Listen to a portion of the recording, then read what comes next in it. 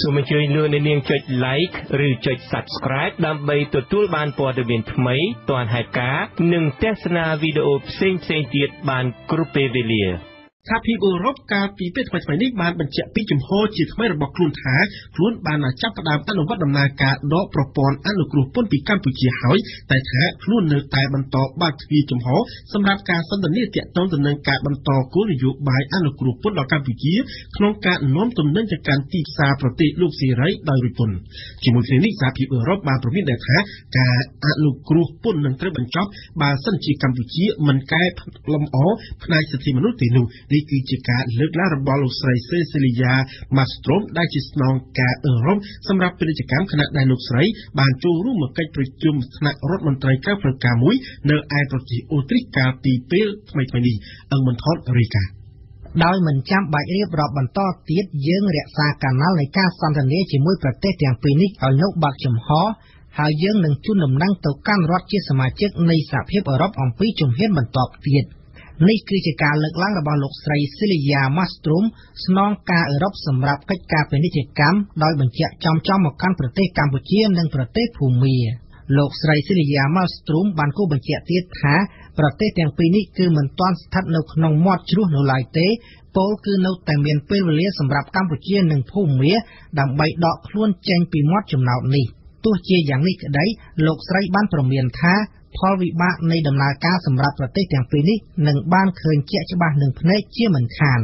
ពីទីក្រុងអ៊ីនស្ប៊ឹកនៃប្រទេសអូទ្រីសជាកន្លែងដែលមានកិច្ចប្រជុំថ្នាក់រដ្ឋមន្ត្រីក្រៅផ្លូវការស្នងការអឺរ៉ុបសម្រាប់កិច្ចការពាណិជ្ជកម្មរូបនេះបានបញ្ជាក់ថានេះជាមធ្យោបាយឆ្ពោះទៅមុខដើម្បីកំណែទម្រង់ចាំបាច់បំផុតនៃអង្គការពាណិជ្ជកម្មពិភពលោក WTO ជារបៀបរយៈសំខាន់របស់សហភាពអឺរ៉ុបក៏ដូចជាទំនាក់ទំនងពាណិជ្ជកម្មជាមួយនឹងសហរដ្ឋអាមេរិកផងដែរប៉ុន្តែលោកស្រីស៊ីលីយ៉ាម៉ាល់ស្ទ្រូមបានបញ្ជាក់ថារបៀបវិរៈអំពីស្ថានភាពសិទ្ធិមនុស្សនៅប្រទេសភូមានិងប្រទេសកម្ពុជាត្រូវបានលើកឡើងនៅក្នុងសន្និសីទកាសែតកាលពីម្សិលមិញករណីប្រទេសភូមាសហភាពអឺរ៉ុបបានឃើញពីស្ថានភាពព្រួយបារម្ភនិងធ្ងន់ធ្ងរចំពោះជនជាតិរ៉ូហីញ៉ាចំណែកនៅកម្ពុជាសហភាពអឺរ៉ុបបានកត់សម្គាល់ថាកំពុងតែឃើញការវិវត្តប្រកបដោយបញ្ហាខ្លាំងដោយគ្មានការកែលម្អគួរឲ្យទុកចិត្តបានឡើយការរំលោភធ្ងន់ធ្ងរជាប្រព័ន្ធសេរីភាពខាងការបញ្ចេញមតិសិទ្ធិការងារនិងសេរីភាពខាងសមាគមគឺបានកើតឡើងជាយូរណាស់មកហើយទាក់ទងទៅនឹងសិទ្ធិរបស់កម្មករនិងការដណ្ដើមដីធ្លីផងដែរទាំងនេះគឺជាការគូបញ្ជាក់ជាថ្មីទៀតរបស់លោកស្រីស្នងការសហភាពអឺរ៉ុបសម្រាប់កិច្ចការពាណិជ្ជកម្ម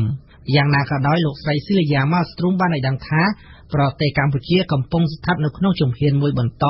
នៃដំណើរការវាយតម្លៃពីសហភាពអឺរ៉ុបដោយសារតែការធ្វើដំណើរថយក្រោយនៃលទ្ធិប្រជាធិបតេយ្យការដើរថយក្រោយដែលមន្ត្រីសហភាពអឺរ៉ុបបានមកកាន់ប្រទេសកម្ពុជាហើយបានកត់សម្គាល់ថាគឺមានការរកគួននិងការបំផិតបំភ័យការរឹតបន្តឹងពាក់ព័ន្ធនឹងសិទ្ធិនយោបាយដ៏សំខាន់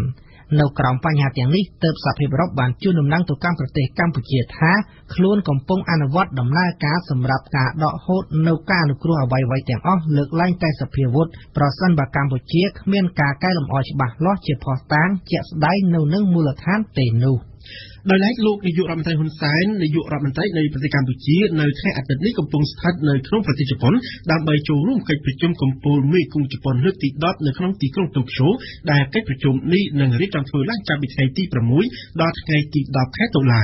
សូមបញ្ជាក់ថាស្របពេលដែលប្រមុខរដ្ឋាភិបាលខ្មែរធ្វើដំណើរទៅកាន់ប្រទេសជប៉ុននេះពលរដ្ឋខ្មែរនៅប្រទេសជប៉ុនដែលគាំទ្រអតីតគណៈបកប្រឆាំងបានប្រកាសធ្វើបាតកម្មប្រឆាំងនឹងវត្តមានរបស់លោកហ៊ុនសែនបើតាមសេចក្តីប្រកាសរបស់ក្រុមអ្នកដឹកនាំបាតុកម្មការដើរហែក្បួនប្រឆាំងនឹងវត្តមានរបស់លោកនាយករដ្ឋមន្ត្រីហ៊ុនសែននេះនឹងរៀបចំធ្វើឡើងនៅថ្ងៃអាទិត្យទី7តុលានេះ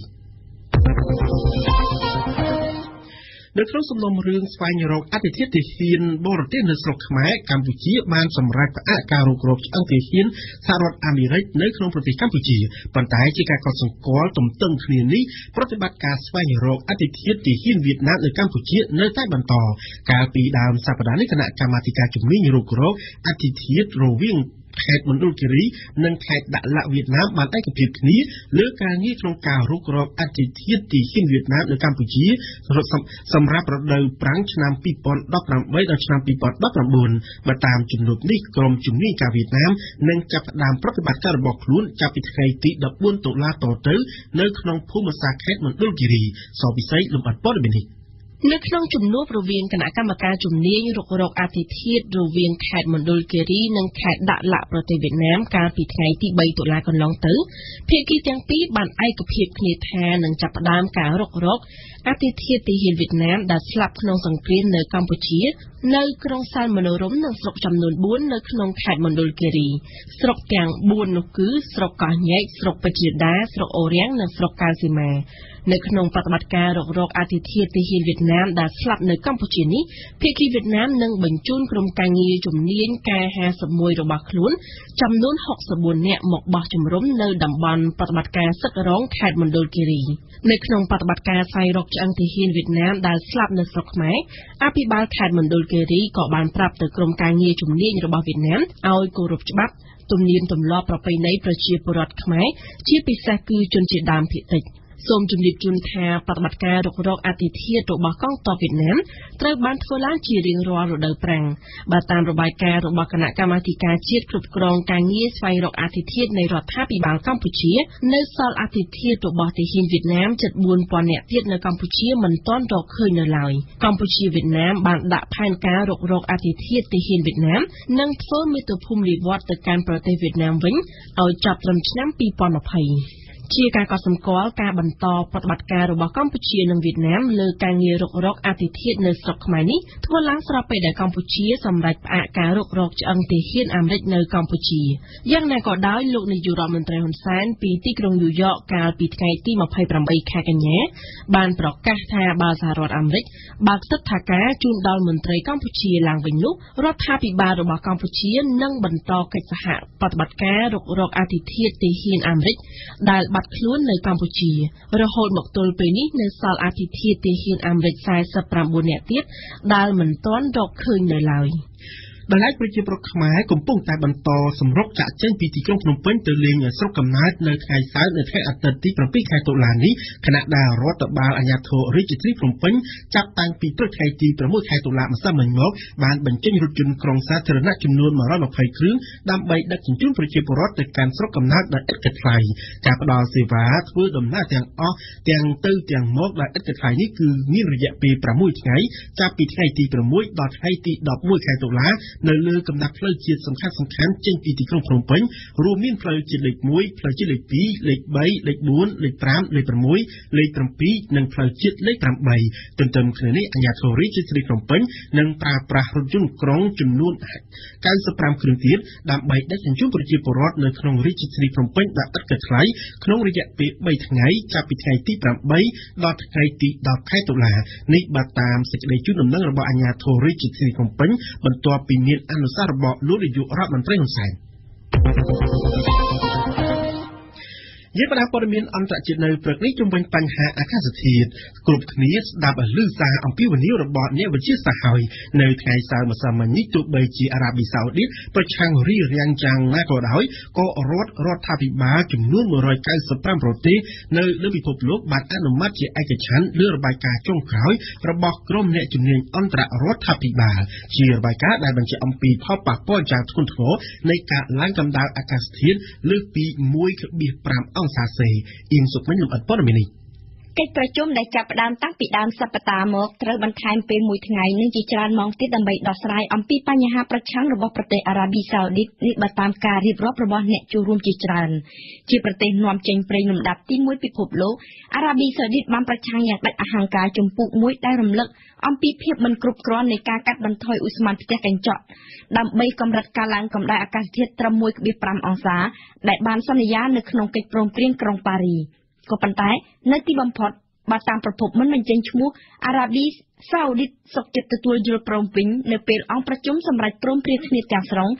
ដាក់បញ្ជាក់នៅក្រោមទំព័រថាប្រឆាំងដោយអារ៉ាប៊ីសាអូឌីត ជំហរជំទាស់របស់អារ៉ាប៊ីសាអូឌីតមិនមែនជាការភ្ញាក់ផ្អើលឡើយពេលមួយសប្តាហ៍កន្លងមកនេះប្រតិភូអារ៉ាប៊ីសាអូឌីតបានសម្ដែងការប្រឆាំងនឹងរបាយការណ៍ទាំងទម្រង់និងខ្លឹមសារក្រុងរីយ៉ាតក៏ធ្លាប់ប្រកាន់ជំហរខ្ទប់ស្កាត់សកម្មភាពរបស់អង្គការសហប្រជាជាតិក្នុងការប្រឆាំងនឹងការឡើងកម្ដៅអាកាសធាតុមិនថាជារបាយការណ៍របស់ GEEC ឬក៏ការចរចាកិច្ចព្រមព្រៀងកាត់បន្ថយឧស្ម័នផ្ទះកញ្ចក់ទេកាលពីឆ្នាំ2015ធ្វើឲ្យអារ៉ាប៊ីសាអូឌីតព្រមអនុម័តលើកិច្ចព្រមព្រៀងអាកាសធាតុក្រុងប៉ារីមែនកម្រិតមិនឲ្យភពផែនដីឡើងកម្ដៅលើសពី2អង្សាឬកាន់តែល្អត្រឹម 1.5 អង្សាប្រទេសនេះបានប្រឆាំងរួចជាស្រេចទៅហើយទៅនឹងការបន្ថែមពាក្យ 1.5 ក្រៅអំពីជំហរប្រឆាំងរបស់រីយ៉ាតកិច្ចប្រជុំត្រូវការពេលវេលាបន្ថែមដោយអ្នកវិទ្យាសាស្ត្របានចំណាយពេលពន្យល់រាល់គ្រប់សំណួរនិងការតវ៉ាទាំងឡាយយ៉ាងលម្អិតនៅទីបំផុតរបាយការណ៍ត្រូវបានអនុម័តដោយការសម្រុះសម្រួលគ្នាដោយស្ទើរតែគ្មានការប្រែប្រួលពីអត្ថបទដើមសោះរបាយការណ៍កម្រាស់400ទំព័រដោយឈរមូលដ្ឋាននៃការសិក្សាចំនួន 6000 ឆ្លុះបញ្ចាំងឲ្យឃើញអំពីផលប៉ះពាល់ដ៏ធ្ងន់ធ្ងរខុសគ្នាខ្លាំងរវាងការឡើងកម្ដៅអាកាសធាតុភពផែនដី 1.5 អង្សានិង 2 អង្សានេះនឹងត្រូវផ្សព្វផ្សាយជាសាធារណៈនៅថ្ងៃទី 8 តុលាខាងមុខប្រមុខការទូតសហរដ្ឋអាមេរិកលោក Mike Pompeo បានចាប់ផ្ដើមបំពេញទស្សនកិច្ចមួយជុំតូចនៅក្នុងប្រទេសជប៉ុនកូរ៉េខាងជើងនិងប្រទេសកូរ៉េខាងត្បូងក្នុងរយៈពេល3ថ្ងៃចាប់ពីថ្ងៃទី6ដល់ថ្ងៃទី8តុលាអ្វីជាការកត់សម្គាល់នៅក្នុងដំណើរទស្សនកិច្ចលើកនេះលោក Mike Pompeo នឹងមានជំនួបជាមួយនឹងលោកគីមចុងអ៊ុនជាថ្មីនៅថ្ងៃនេះដោយសង្ឃឹមថានឹងអាចជួយពន្លឿនដល់ដំណើរការរៀបចំជំនួបកំពូលជាលើកទី2រវាងលោកដូណាល់ត្រាំនិងលោកគីមចុងអ៊ុនទាក់ទងទៅនឹងសហរដ្ឋអាមេរិកដែរនៅទីបំផុតទៅព្រឹទ្ធសភាសហរដ្ឋអាមេរិកបានបញ្ជាក់ថាលោក Brett Kavanaugh ដែលគឺជាសមាជិកចៅក្រមទី9នៃតុលាការកំពូលរបស់សហរដ្ឋអាមេរិកហើយបន្ទាប់ពីការបោះឆ្នោតកាលពីថ្ងៃសៅរ៍សូមបញ្ជាក់ថាលោក Kavanaugh ជាបេក្ខភាពដែលប្រធានាធិបតីសហរដ្ឋអាមេរិកលោក Donald Trump បានជ្រើសរើសឡើងដោយផ្ទាល់ដៃការបោះឆ្នោតយល់ព្រមឲ្យលោក Kavanaugh ធ្វើជាចៅក្រមតុលាការកំពូលនោះវាបានក្លាយទៅជាជោគជ័យថ្មីមួយទៀតសម្រាប់រដ្ឋបាលរបស់លោក Donald Trump ប៉ុន្តែទន្ទឹមគ្នានេះវាក៏នឹងក្លាយជាបរាជ័យរបស់គណៈបកប្រជាធិបតេយ្យផងដែរគណៈបកប្រជាធិបតេយ្យដែលមិនចង់ឃើញលោក Kavanaugh ឡើងធ្វើជាចៅក្រមតុលាការកំពូលទេក្រោយពីលោកបានរងការចោទប្រកាន់ថាមានប្រឡូកប្រឡាក់និងរឿងអាស្រូវបំពានផ្លូវភេទនៅថ្ងៃសៅរ៍ទី6តុលាម្សិលមិញនេះប៉ូលីសអង្គាពលដែលមានទីស្នាក់ការនៅក្នុងទីក្រុងរីយ៉ុងប្រទេសបារាំងបានដាក់សំណើជាផ្លូវការទៅកាន់រដ្ឋាភិបាលចិនដើម្បីឲ្យបំភ្លឺជុំវិញការបាត់ខ្លួនប្រធានប៉ូលីសអង្គាពលជាជនជាតិចិនលោកមេងហុងវ៉ៃនៅក្នុងសារលើបណ្ដាញសង្គម Twitter អគ្គលេខាធិការប៉ូលីសអង្គាពលបានបញ្ជាក់អំពីការរងចាំចម្លើយពីប្រទេសចិនដែលរហូតមកទល់នឹងពេលនេះបានបន្តបិទមាត់មិននិយាយអ្វីមួយម៉ាត់សោះជុំវិញរឿងនេះគួររំលឹកជូនថាដំណឹងនៃការបាត់ខ្លួនលោកមេងហុងវ៉ៃត្រូវបានភរិយារបស់លោកប្រាប់ឲ្យដឹងកាលពីយប់ថ្ងៃប្រហ័សទី4ខែតុលាតាមរយៈភរិយារបស់គាត់លោកហុងវ៉ៃបានធ្វើដំណើរទៅកាន់ប្រទេសចិនកាលពីចុងខែកញ្ញាហើយក៏បានបាត់ដំណឹងឈឹងសូន្យតាំងពីពេលនោះមកគួយគុណធីរ៉ាជូនព័ត៌មាននេះក្នុងពេលកំពុងរងចាំការបំភ្លឺជាផ្លូវការពីរដ្ឋាភិបាលចិនមានសំណួរជាច្រើនបានចោទសួរឡើងដើម្បីចង់ដឹងថាតើលោកមេងហុងវ៉ៃមិនមែនជាជនរងគ្រោះម្នាក់ថ្មីទៀតនៃយុទ្ធនាការប្រឆាំងអំពើពុករលួយរបស់លោកប្រធានាធិបតីចិនស៊ីជីនពីងទេឬយ៉ាងណាគួររំលឹកជូនថាតាំងពីឡើងកាន់តំណែងប្រធានាធិបតីចិនក្នុងឆ្នាំ2012លោកស៊ីបានផ្ដើមយុទ្ធនាការបោះសម្អាតជនអំពើពុករលួយគ្រប់ជាន់ថ្នាក់តាំងពីថ្នាក់កំពូលដល់ថ្នាក់ទាបតាមតួលេខផ្លូវការមានអ្នកទទួលខុសត្រូវចំនួន 1,500,000 នាក់បានជាប់ក្នុងសំណាញ់យុទ្ធនាការមួយនេះតែក្រុមអង្គការការពារសិទ្ធិមនុស្សបានបរិហារចិនពីបទបានប្រើយុទ្ធនាការមួយនេះធ្វើជាលេសដើម្បីបំបិទមាត់អ្នកប្រឆាំងខ្លួនករណីបាត់ខ្លួនលោកមេងហុងវ៉ៃអាចជាភស្តុតាងជាក់ស្ដែងមួយព្រោះមុននឹងត្រូវបានជាប់ឆ្នោតជាប្រធានប៉ូលីសអង្គាពលសម្រាប់រយៈពេល4ឆ្នាំក្នុងខែវិច្ឆិកាឆ្នាំ2016លោកមេងហុងវ៉ៃក៏ធ្លាប់កាន់តំណែងជាអនុរដ្ឋមន្ត្រីក្រសួងសន្តិសុខសាធារណៈចិនដែលលោកស៊ូយ៉ុងកាងបានប្រគល់ឲ្យក្នុងឆ្នាំ2004តែគេមិនត្រូវភ្លេចនិយាយទេថាលោកស៊ូយ៉ុងកាងដែលជាគូប្រជែងរបស់លោកស៊ីជីនពីងនិងជាអិសរាជជនជាន់ខ្ពស់ម្នាក់ត្រូវបានកាត់ទោសញាត់គុកក្នុងខែមីនាឆ្នាំ2015ក្នុងបទពុករលួយរំលោភអំណាចនិងទម្លាយព័ត៌មានសម្ងាត់របស់រដ្ឋ បន្ទាប់មកក្នុងឆ្នាំ2016ភរិយានិងកូនប្រុសរបស់លោកយងកាងក៏ត្រូវបានកាត់ទោសដាក់គុកពីបទពុករលួយដែរអញ្ចឹងហើយបានជាមានការលើកឡើងថាតើការបាត់ខ្លួនលោកមេងហុងវៃពេលនេះមិនមែនជាចំណាត់ការរបស់រដ្ឋាភិបាលចិនក្នុងការតាមកំចាត់មនុស្សចំណិតឬមនុស្សមានឥទ្ធិពលរបស់លោកស៊ូយងកាងទេឬយ៉ាងណាមានតែរដ្ឋាភិបាលចិនម្នាក់គត់ដែលអាចឆ្លើយនឹងសំណួរនេះបានគួររំលឹកថាក្នុងរយៈពេលប្រមាណឆ្នាំចុងក្រោយនេះមានអ្នកទទួលខុសត្រូវជាន់ខ្ពស់ចិនជាច្រើនអ្នកបានបាត់ខ្លួនដោយគ្មានមូលហេតុអស់ជាច្រើនសប្តាហ៍ឬច្រើនខែមុននឹងចិនបានចេញមុខសារភាពថាអ្នកទាំងនោះត្រូវបានខ្លួនចាប់ឃុំដើម្បីសួរចម្លើយនៅក្នុងក្របខ័ណ្ឌអំពើពុករលួយ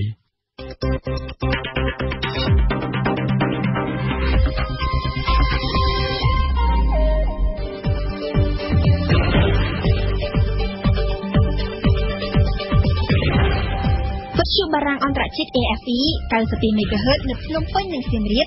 94.5 MHz នៅបាត់ដំបងកំពង់ចាមនិងក្រុងព្រះសីហនុលោកវិសាជាទីមេត្រីជាបន្តទៅទៀតនេះលោកនាងនឹងបានស្ដាប់កម្មវិធីផ្សាយរបស់យើងជាបន្តដំបូងគឺជានាទីបច្ចុប្បន្នភាពពិភពលោកក្នុងសប្តាហ៍នេះគឺជាការសរុបព្រឹត្តិការណ៍អន្តរជាតិសំខាន់ៗរៀបចំជូនដោយសពិសីបន្ទាប់មកគឺជានាទីព្រឹត្តិការណ៍កម្ពុជាប្រចាំថ្ងៃរៀបចំជូនដោយអេកំហុងនៅថ្ងៃនេះនឹងលើកឡើងអំពីប្រធានបទស្ដីអំពីការកាត់បន្ថយបទល្មើសព្រៃឈើតើក្រសួងបរិស្ថានគ្រោងនឹងបន្ថែមមន្ត្រីអនុរិយតែសង្គមស៊ីវិលជំរុញឲ្យពង្រឹងការអនុវត្តច្បាប់ចុងក្រោយគឺជានាទីបទចការរបស់អមរចនាស្ដីអំពីពណ៌បរាភវសូត្រនៅក្នុងពិធីបុណ្យភ្ជុំបិណ្ឌបច្ចុប្បន្នភាពពិភពលោកក្នុងសប្តាហ៍នេះតើនៅទូទាំងពិភពលោកក្នុងសប្តាហ៍នេះមានព្រឹត្តិការណ៍សំខាន់អ្វីខ្លះដែលបានកើតឡើងសូមអញ្ជើញលោកនាងស្ដាប់ការសង្ខេបឡើងវិញដែលរៀបចំជូនដោយសពិសី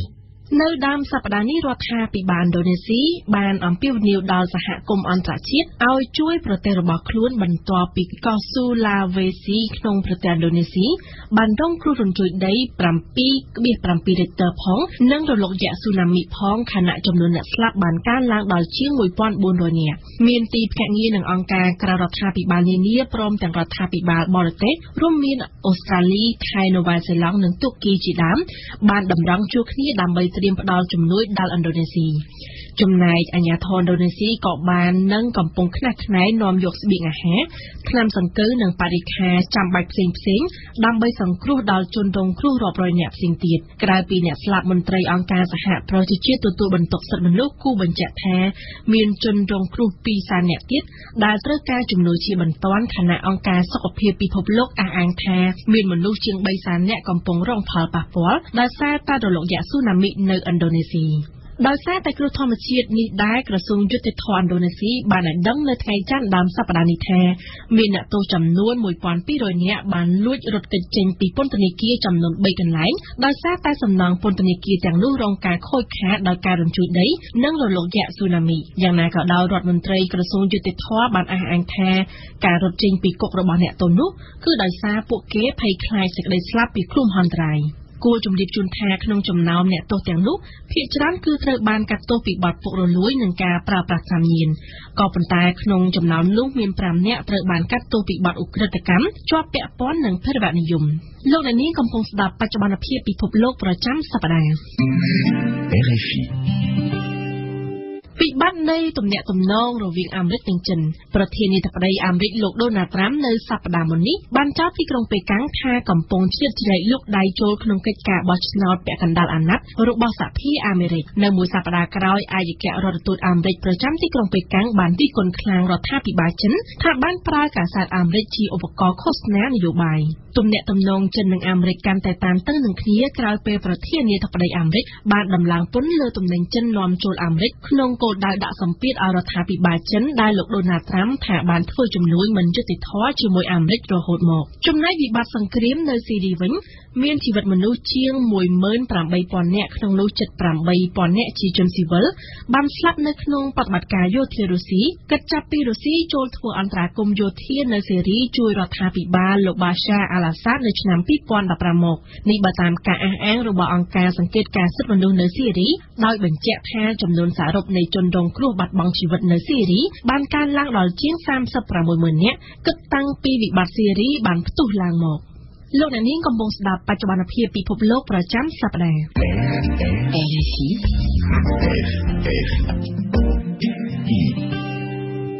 នៅក្នុងប្រទេសជប៉ុនលោក Denny Tamaki បានជាប់ឆ្នោតជាអភិបាលថ្មីនៃកោះអូគីណាវ៉ានៃការបោះឆ្នោតកាលពីថ្ងៃទី 30 ខែកញ្ញាលទ្ធផលផ្លូវការចេញផ្សាយកាលពីដើមសប្តាហ៍នេះបង្ហាញឲ្យឃើញថាលោក Tamaki ទទួលបានសម្លេងគាំទ្រជិត 40,000 សម្លេងទល់នឹងគូប្រជែងលោក Azushi Saki មកគាំទ្រដោយនាយករដ្ឋមន្ត្រី Shinzo Abe ដែលទទួលបានតែជាង 31,000 សម្លេង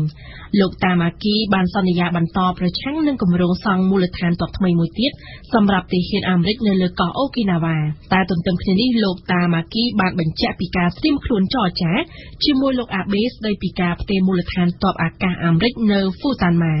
បណ្ដាជនហុងកុងរាប់ពាន់នាក់បាននាំគ្នាចេញធ្វើបាតកម្មកាលពីថ្ងៃច័ន្ទសប្តាហ៍នេះដើម្បីនាំគ្នាតវ៉ាប្រឆាំងនឹងនយោបាយរបស់រដ្ឋាភិបាលក្រុងប៉េកាំង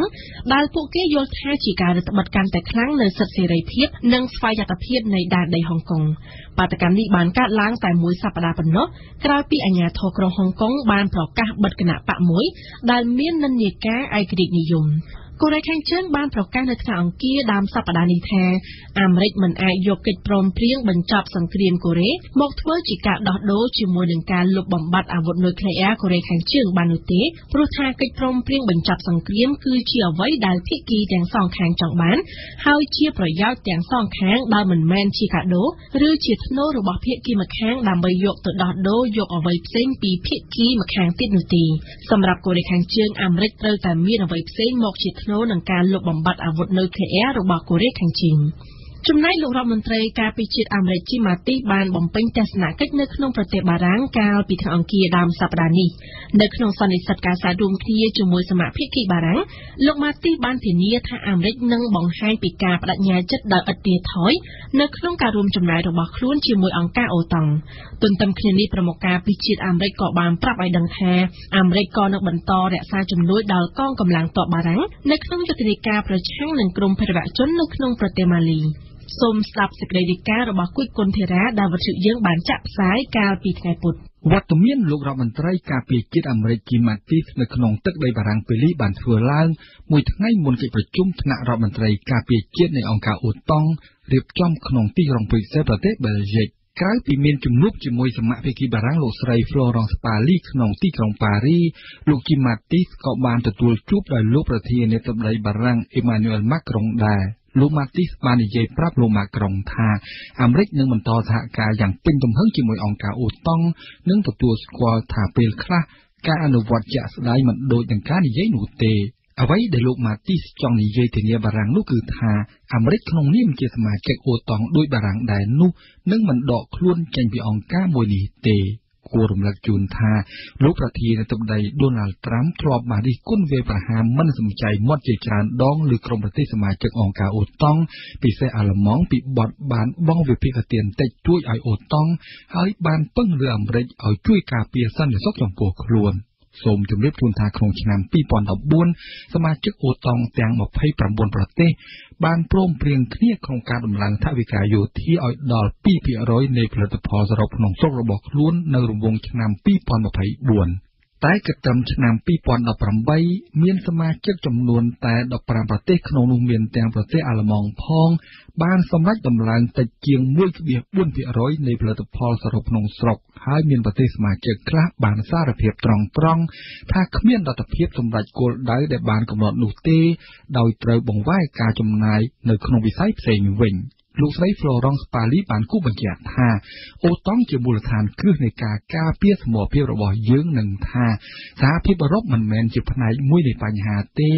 តែជាផ្នែកមួយនៃដំណោះស្រាយ បន្ទាប់មកប្រមុខការពារជាតិបារាំងក៏បានកោតសរសើរចំពោះកិច្ចសហប្រតិបត្តិការរវាងទ័ពបារាំងនិងអាមេរិកនៅក្នុងយុទ្ធនាការប្រឆាំងពួកជីហាតអង្គការរដ្ឋឥស្លាមក្នុងទឹកដីស៊ីរីព្រមទាំងអរគុណអាមេរិកដែលបានគាំទ្រដល់កម្លាំងទ័ពបារាំង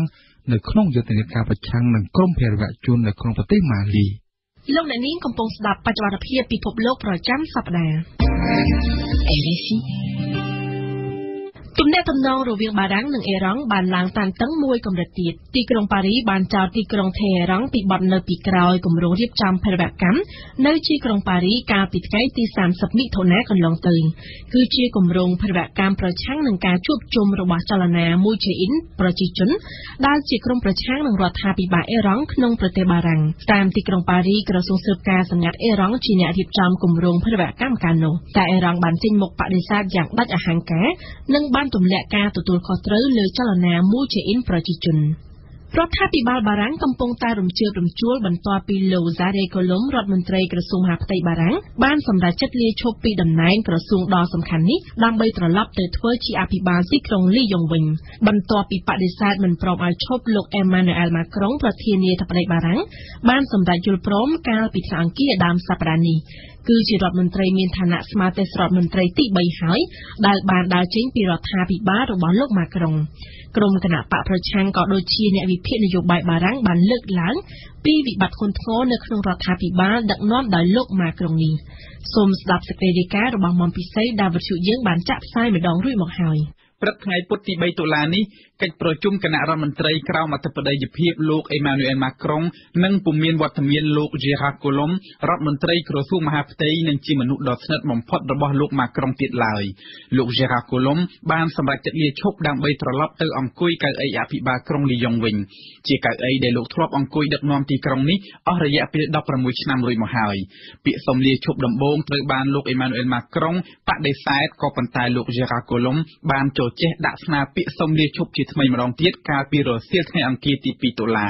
ជាចុងក្រោយលោកអេម៉ានូអែលម៉ាក្រុងបានសម្រេចចិត្តយល់ព្រមក្នុងវេលាម៉ោង 12 រំលងអាធ្រាត្រនៅព្រឹកថ្ងៃពុធនេះលោក Edouard Philippe ដែលជានាយករដ្ឋមន្ត្រីបារាំងនឹងត្រូវដឹកនាំក្រសួងមហាផ្ទៃជាបណ្ដោះអាសន្នសិនទម្រាំរកមនុស្សថ្មីមកជំនួសបានគួររំលឹកថាលោក Gérard Collomb ដែលមានវ័យ71ឆ្នាំគឺជាមនុស្សដំបូងគេបង្អស់ដែលបានជឿជាក់លើសក្តានុពលនយោបាយរបស់លោកអេម៉ានូអែលម៉ាក្រុងហើយបានចូលរួមគាំទ្រក្នុងការឃោសនាដើម្បីឲ្យលោកម៉ាក្រុងបានឈ្នះឆ្នោតនៅឆ្នាំ2017ក៏ប៉ុន្តែការចាក់ចេញរបស់លោក Gérard Collomb នាពេលនេះបានបង្ហាញពីភាពបែកបាក់និងភាពមិនចុះសម្រុងគ្នារវាងលោកនិងលោកម៉ាក្រុងជាការកត់សម្គាល់ការបាត់បង់រដ្ឋមន្ត្រីក្រសួងមហាផ្ទៃនេះបានបន្ថែមការលំបាកមួយកម្រិតទៀតឲ្យដល់រដ្ឋាភិបាលលោកម៉ាក្រុងបន្ទាប់ពីលោក Nicolas Hulot រដ្ឋមន្ត្រីក្រសួងបរិស្ថានបានចាក់ចេញពីមុខតំណែងដែរកាលពីប្រមាណសប្តាហ៍មុននេះជានេះទៅទៀតការដាក់លោកនាយករដ្ឋមន្ត្រីឲ្យដឹកនាំក្រសួងមហាផ្ទៃបណ្ដោះអាសន្នសិននេះគឺវាបង្ហាញថាលោកអេម៉ានូអែលម៉ាក្រុងកំពុងតែពិបាកនឹងរកអ្នកណាផ្សេងមកជំនួសឲ្យស័ក្តិសមនឹងមុខងារក្រសួងដ៏ធំមួយនេះណាស់លោកម៉ាក្រុងបានលុបចោលដំណើរទស្សនកិច្ចទៅអាហ្វ្រិកខាងត្បូងនៅចុងសប្តាហ៍នេះដើម្បីយកពេលមកដោះស្រាយវិបត្តិផ្ទៃក្នុងរបស់រដ្ឋាភិបាលលោកក្នុងចំណោមរដ្ឋមន្ត្រីធំៗដែលមានមុខក្នុងឆាកនយោបាយបារាំងគឺនៅសល់តែលោក Jean-Yves Le Drian រដ្ឋមន្ត្រីក្រសួងការបរទេសម្នាក់ប៉ុណ្ណោះដែលបន្តនៅក្នុងរដ្ឋាភិបាលនេះអ្នកវិភាគនយោបាយបានលើកឡើងថារដ្ឋាភិបាលលោកម៉ាក្រុងកំពុងតែបង្ហាញធាតុពិតនៃចំណុចខ្សោយព្រមទាំងភាពគ្មានសមត្ថភាពព្រោះរដ្ឋាភិបាលនេះគ្មានធនធានមនុស្សសម្រាប់ដឹកនាំលោកអ្នកនាងកំពុងស្ដាប់បច្ចុប្បន្នភាពពិភពលោកប្រចាំសប្តាហ៍ RFIប្រមុខដឹកនាំក្រុមហ៊ុន Apple បានអះអាងនៅថ្ងៃអង្គារដើមសប្តាហ៍នេះថារដ្ឋាភិបាលចិនមិនអាចចូលយកទិន្នន័យផ្ទាល់ខ្លួនរបស់អ្នកប្រើប្រាស់ផលិតផល Apple បាននោះទេហើយថាក្រុមហ៊ុនរបស់លោកមានការយកចិត្តទុកដាក់ខ្ពស់បំផុតចំពោះការរក្សាសន្តិសុខនៃទិន្នន័យផ្ទាល់ខ្លួនរបស់អ្នកប្រើប្រាស់ការធានាអះអាងរបស់ប្រមុខដឹកនាំក្រុមហ៊ុន Apple នាពេលនេះធ្វើឡើងតែប៉ុន្មានថ្ងៃប៉ុណ្ណោះក្រោយពីមានព័ត៌មានស្ដីពីការលួចចូលគ្រប់គ្រងគណនីអ្នកប្រើប្រាស់ Facebook យ៉ាងតិច50លាននាក់នៅថ្ងៃប្រហ័សសប្តាហ៍នេះតុលាការម៉ាឡេស៊ីបានចោទប្រកាន់លោកស្រី Rosmah Mansor ភរិយាអតីតនាយករដ្ឋមន្ត្រីម៉ាឡេស៊ីពីបទលាងលុយកខ្វក់ក្រៅពីចោទប្រកាន់ហើយតុលាការបានសម្រេចបង្កកលិខិតឆ្លងដែនរបស់លោកស្រី Rosmah Mansor និងតម្រូវឲ្យបង់ប្រាក់ធានាចំនួន2លានរីងហ្គីតស្មើនឹង$75 សែនសូមស្ដាប់សេចក្តីរាយការណ៍របស់អមរជញ្ញាដែលវិទ្យុយើងបានចាក់ផ្សាយកាលពីថ្ងៃប្រហ័ស ក្នុងសវនកម្មលោកស្រីរ៉ូសម៉ាមែនសូនៅតែប្រកែកដាច់អហង្ការថាលោកស្រីមិនមានជាប់ពាក់ព័ន្ធទៅនឹងបទល្មើសលាងលុយកខ្វក់ដោយការចោទប្រកាន់របស់ព្រះរាជអាជ្ញាទេពីខាងព្រះរាជអាជ្ញាឯនេះវិញមានភស្តុតាងពេញដៃបង្ហាញថាភរិយាអតីតនាយករដ្ឋមន្ត្រីម៉ាឡេស៊ីបានរួមចំណែកដោយផ្ទាល់នៅក្នុងការចរាចរប្រាក់ខុសច្បាប់មិនត្រឹមតែប៉ុណ្ណោះព្រះរាជអាជ្ញាថែមទាំងបានចោទលោកស្រីរ៉ូសម៉ាមែនសូថាបានតាក់ទងសាក្សីនៅក្នុងសំណុំរឿងនេះដើម្បីឲ្យឆ្លើយចម្លើយដោះបន្ទុកខ្លួនថែមទៀតបន្ទាប់ពីបានស្ដាប់សក្ខីកម្មរបស់ភាគីទាំងសងខាងតុលាការម៉ាឡេស៊ីបានសម្រេចចោទប្រកាន់លោកស្រីរ៉ូសម៉ាមែនសូជាផ្លូវការពីបទលាងលុយកខ្វក់ដោយតម្រូវឲ្យបង់ប្រាក់ធានាចំនួន2លានរីងហ្គីតស្មើនឹង$75 សែនតុលាការក៏បានបង្កក់លិខិតឆ្លងដែនរបស់លោកស្រីព្រមទាំងហាមមិនឲ្យតាក់ទងជាមួយសាក្សីនៅក្នុងសំណុំរឿងនេះទៀតគួរជំរាបជូនដែរថានៅក្នុងអំឡុងពេលលោកស្រីរ៉ូសម៉ាមែនសូបង្ហាញខ្លួននៅតុលាការស្វាមីរបស់លោកស្រីគឺលោកអតីតនាយករដ្ឋមន្ត្រីណាជីបរ៉ាហ្សាក់ក៏មានវត្តមាននៅតុលាការនៅក្នុងសំណុំរឿងពុករលួយដាច់ដោយឡែកមួយដែរវាមិនមែនជារឿងរ៉ាវពុករលួយបន្តិចបន្តួចទេប៉ុន្តែជារឿងអាស្រូវដ៏ធំមហិមាជាប់តាក់ទងទៅនឹងប្រាក់រាប់ពាន់លានដុល្លារប្រសិនបើរកឃើញថាបានប្រព្រឹត្តកំហុសទាំងលោកណាជីបរ៉ាហ្សាក់និងភរិយាអាចប្រឈមមុខនឹងទោសជាប់ពន្ធនាគារអស់មួយជីវិតពីបទប្រព្រឹត្តអំពើពុករលួយកັບកេងបង្វិលប្រាក់រដ្ឋនិងបំពានអំណាច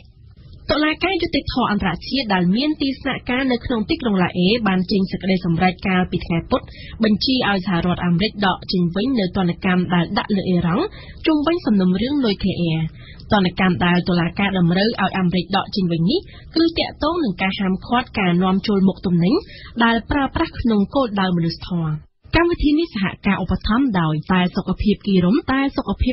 ផលិតពីកញ្ចុំផ្កាម្រេចកំពតនិងមានច្រើនប្រភេទជួយបញ្ចេញជាតិពុលជួយលើកកម្លាំងជួយសម្រាកទម្ងន់ជួយឲ្យសម្រានលក់ជួយរំលាយអាហារជួយថ្លើមនិងជួយឲ្យបង្កើនទឹកដោះសម្រាប់ស្ត្រីបំបៅកូនតែសុខភាពគីរុំទទួលបានកម្មសិទ្ធិបញ្ញានៅប្រទេសបារាំងនិងអន្តរជាតិសាកលវិទ្យាល័យឯកទេសនៃកម្ពុជា CUS សិក្សាដើម្បីគុណភាពសិក្សាដើម្បីសមត្ថភាពវិជ្ជាជីវៈសិក្សានៅ CUS ស៊ីនវិញយូលីងកាហ្វេដោយម៉ាស៊ីនប្រូបាតនឹងមានតែមួយគត់នៅកម្ពុជាទំនាក់ទំនងទូរស័ព្ទលេខ010 816 222និង011 816 222គ្រឹះស្ថានមីក្រូហិរញ្ញវត្ថុ LOLC មានផ្ដល់សេវាប្រាក់កម្ចីសេវាប្រាក់បញ្ញើសន្សំនិងសេវាបង់រំលោះពិសេសអតិថិជនប្រាក់កម្ចីរបស់ LOLC ទាំងអស់អាចបង់ប្រាក់កម្ចីតាមរយៈភ្នាក់ងារវិញភ្នាក់ងារ True Money ឬភ្នាក់ងារលេខហួសអ្វីលុយដោយមិនអស់កម្រៃសេវាព្រឹត្តិការណ៍កម្ពុជាប្រចាំថ្ងៃក្រសួងបរិស្ថានកាលពីពេលថ្មីៗនេះបានអះអាងថាស្ថាប័នជាតិមួយនេះកំពុងតែគ្រប់គ្រងតំបន់ការពារធម្មជាតិនិងរបៀងអភិរក្សជីវៈចម្រុះទំហំជាង7លាន500,000ហិកតាផ្ទុយពីទំហំផ្ទៃដីដ៏ធំធេងនេះងាកមកមើលចំនួនអ្នកការពារឬហៅម្យ៉ាងទៀតថាមន្ត្រីឧទ្យានុរក្សវិញមានចំនួនត្រឹមតែ1260នាក់ប៉ុណ្ណោះនៅត្រង់ចំណុចនេះហើយដែលអ្នកនាំពាក្យក្រសួងបរិស្ថានបានអះអាងថាក្រសួងគ្រោងនឹងបន្ថែមចំនួនមន្ត្រីឧទ្យានុរក្សឲ្យប្រហាក់ប្រហែលនឹងទំហំផ្ទៃដីប៉ុន្តែអ្នកធ្វើការងារផ្នែកព្រៃឈើបានអះអាងថាការបន្ថែមចំនួនអ្នកការពារមិនសំខាន់ដោយការពង្រឹងច្បាប់ការពារព្រៃឈើនោះទេតែហេតុអ្វីសូមស្ដាប់ស្រីរបស់អេងកំហុងឧទ្យានុរក្សដែលធ្វើការអភិរក្សទៅលើការពារតំបន់ធម្មជាតិដែលយើងមានរហូតដល់7លាន500,000ហិកតានេះគឺចំនួននេះវានៅតិចនៅឡើយទេអញ្ចឹងហើយបានជាយើងកំពុងតែពិនិត្យទៅលើលទ្ធភាពដើម្បីស្នើសុំបង្កើនចំនួនឧទ្យានុរក្សបន្ថែមទៀតដើម្បីឲ្យវាស៊ីគ្នាទៅនឹងទំហំដីដែលក្រសួងបរិស្ថានធ្វើការអភិរក្សហើយកំណើននៃដីដែលយើងបានឡើងរហូតដល់7លាន500,000ហិកតានេះគឺដោយសារតែបន្ទាប់ពីមានការកំណែតម្រង់ស៊ីជម្រៅទៅលើទួលនីតិនិងភារកិច្ចរបស់ក្រសួងបរិស្ថានហើយនិងក្រសួងកសិកម្មដោយកាលពីឆ្នាំ2015ហ្នឹងគឺយើងបានធ្វើការបែងចែកនៅទូនាទីរវាងស្ថាប័នអភិរក្សគឺក្រសួងបរិស្ថាននិងស្ថាប័នអភិវឌ្ឍគឺក្រសួងកសិកម្មដោយនៅពេលនោះគឺយើងផ្ទេរឲ្យគ្នាទៅវិញទៅមកគឺក្រសួងបរិស្ថានគឺបានផ្ទេរសម្បត្តិដីសេដ្ឋកិច្ចដែលស្ថិតនៅក្រោមការគ្រប់គ្រងរបស់ខ្លួនហ្នឹងទៅឲ្យក្រសួងកសិកម្មគ្រប់គ្រងចំណែកឯក្រសួងកសិកម្មវិញគឺផ្ ទេនៅដែនដីអភិរក្សតំបន់អភិរក្សហ្នឹងមកឲ្យក្រសួងបរិស្ថានគ្រប់គ្រងវិញចឹងហើយបានជាចំនួនដែលស្ថិតនៅក្រោមការគ្រប់គ្រងរបស់ក្រសួងបរិស្ថាននេះគឺមានរហូតដល់7លាន5សែនហិកតាហើយយើងបានស្នើសុំរាជរដ្ឋាភិបាលបានបង្កើតចំនួនឧទ្យានុរក្សបានមួយចំនួនរហែលរហូតមកដល់ពេលនេះគឺមានចំនួន1260នាក់ហើយបើសិនជាយើងសួរថាតើទំហំដីយ៉ាងហ្នឹងចំនួនឧទ្យានុរក្សប៉ុណ្ណឹងតើគ្រប់គ្រាន់ទេគឺវាអត់ទាន់គ្រប់គ្រាន់ទេអញ្ចឹងហើយបានជាក្រសួងយើងកំពុងតែពិនិត្យទៅលើលទ្ធភាពដើម្បីស្នើសុំបង្កើនចំនួនឧទ្យានុរក្សនេះដើម្បីឲ្យឆ្លើយតបទៅនឹងទំហំដីដែលយើងត្រូវធ្វើការអភិរក្សបាទផ្ទុយពីការលើកឡើងរបស់លោកណេតភត្រារដ្ឋលេខាធិការនិងជាមន្ត្រីអ្នកនាំពាក្យក្រសួងបរិស្ថានលោកអ៊ូចលេងដែលជាប្រធានអង្គការកិច្ចការពិសេសសិទ្ធិមនុស្សកម្ពុជានិងជាសកម្មជនការពារព្រៃឈើនៅកម្ពុជាម្នាក់ផងនោះបានចោទសួរត្រឡប់ទៅវិញថាតើលទ្ធភាពនៃការប្រើប្រាស់មន្ត្រីឧទ្យានុរក្សធ្វើឡើងឲ្យអស់ពីលទ្ធភាពហើយឬនៅតែយើងប្រើលទ្ធភាពអស់ពីតិចឬនៅហើយតាមរយៈតិចនេះគាត់ថារយៈតិចឬក៏យ៉ាងម៉េចបើសិនជាប្រទេសគាត់ត្រូវការបន្ថែមរយៈដើម្បីឲ្យស័ក្តិសមអញ្ចឹងណាអញ្ចឹងមិនមែនថាយើងការពារអត់ឈ្នះចោលហើយយើងថាអត់មានភ្លើងបាញ់ចោលផងអានឹងវាអត់មានផ្លែក៏ទូទីរបស់យើងមុននឹងយើងធ្វើការយើងត្រូវតែរៀបចំប្រដាប់ការពារឲ្យបានច្បាស់លាស់ដូចមានភ្លើងដូចជាមានសម្ភារៈអីគ្រប់គ្រាន់ណាអានឹងច្បាស់លាស់អានឹងម្យ៉ាងមួយទៀតគឺការដែលយើងបង្វឹកហាត់នៃការការពារព្រៃឈើមិនបានទេដោយសារតែកត្តាដែលយើងមិនហ៊ានប្រឆាំងទប់ទល់ជាមួយនឹងខាងក្រុមហ៊ុនដែលរកស៊ីឈើធំៗមួយអ្វីដែលខាងខ្ញុំរកឃើញនេះគឺគាត់តែជាក្រុមហ៊ុនដែលអន្តរជាតិដែលគាត់មកសម្លឹងឃើញផលប្រយោជន៍ពីរឿងព្រៃឈើរបស់យើងប៉ុន្តែសម្រាប់លោកសេងសុហេងអ្នកសម្របសម្រួលលេខាធិការដ្ឋានបណ្ដាញសហគមន៍ព្រៃឡង់លើកឡើងថា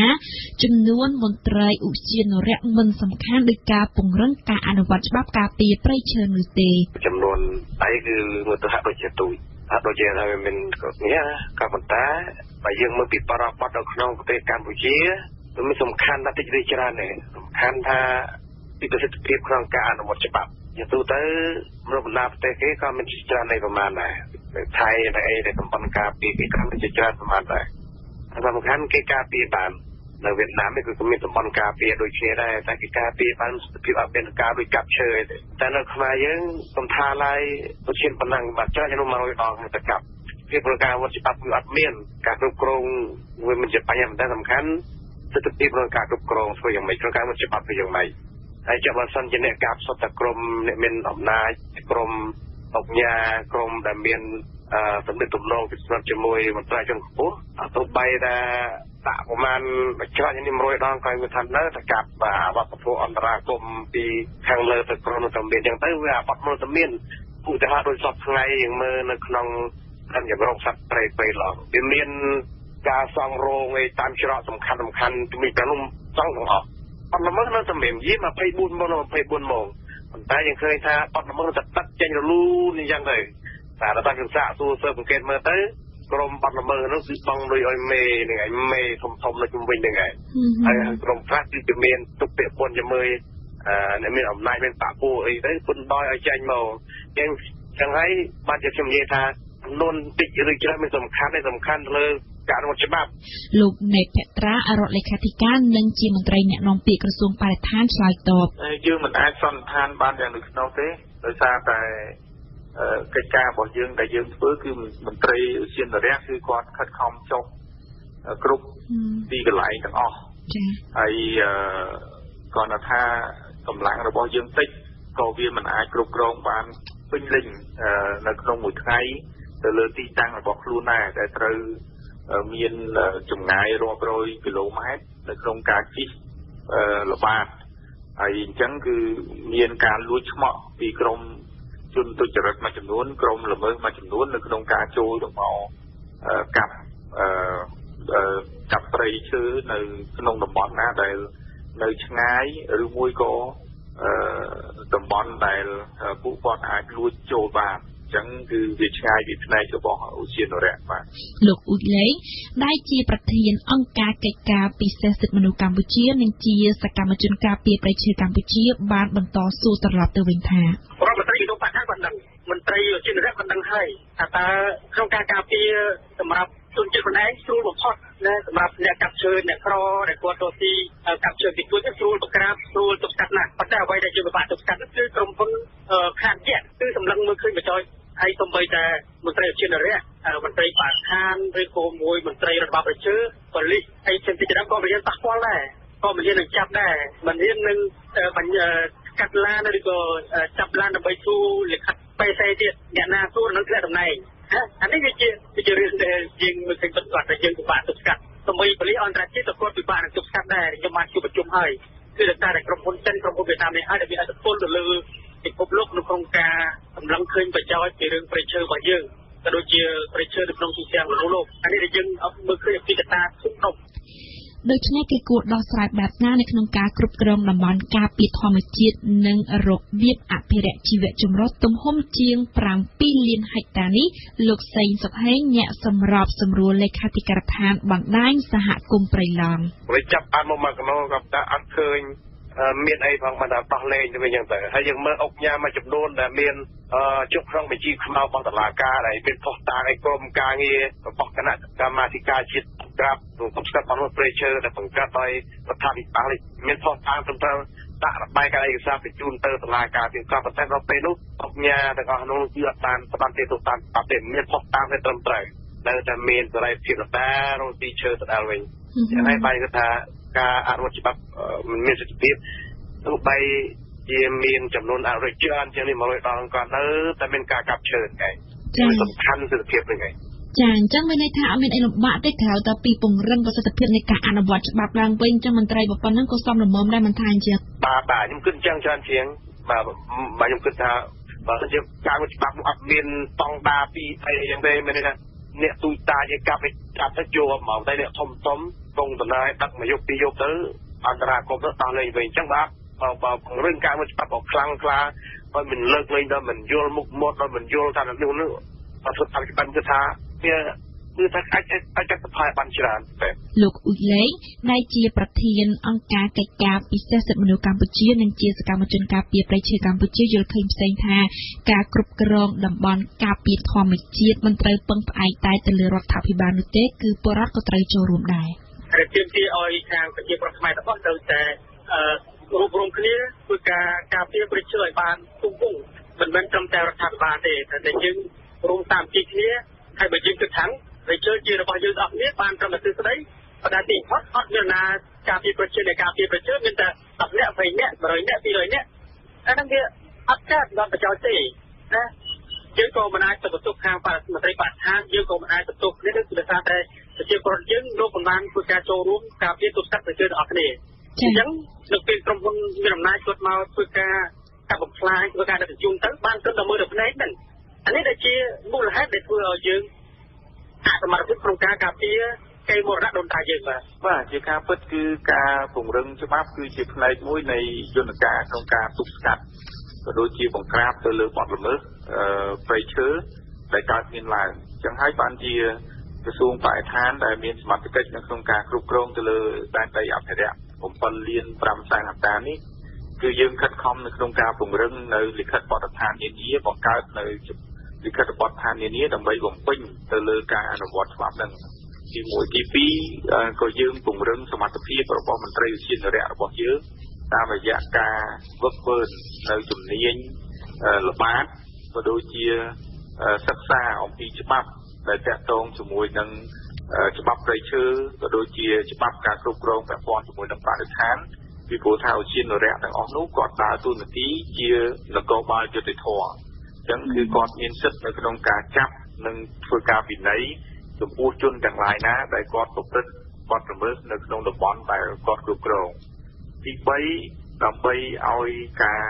ការពារនិងអភិរក្សធនធានធម្មជាតិរបស់យើងនឹងគឺបានគង់វង្សក្រសួងបរិស្ថានបានធ្វើសហការជាមួយនឹងដៃគូអភិវឌ្ឍក៏ដូចជាសហគមន៍មូលដ្ឋានដូចជាយើងបានចុះល្បាតរួមគ្នាជាមួយនឹងសហគមន៍បណ្ដាញសហគមន៍ព្រៃឡង់នៅក្នុង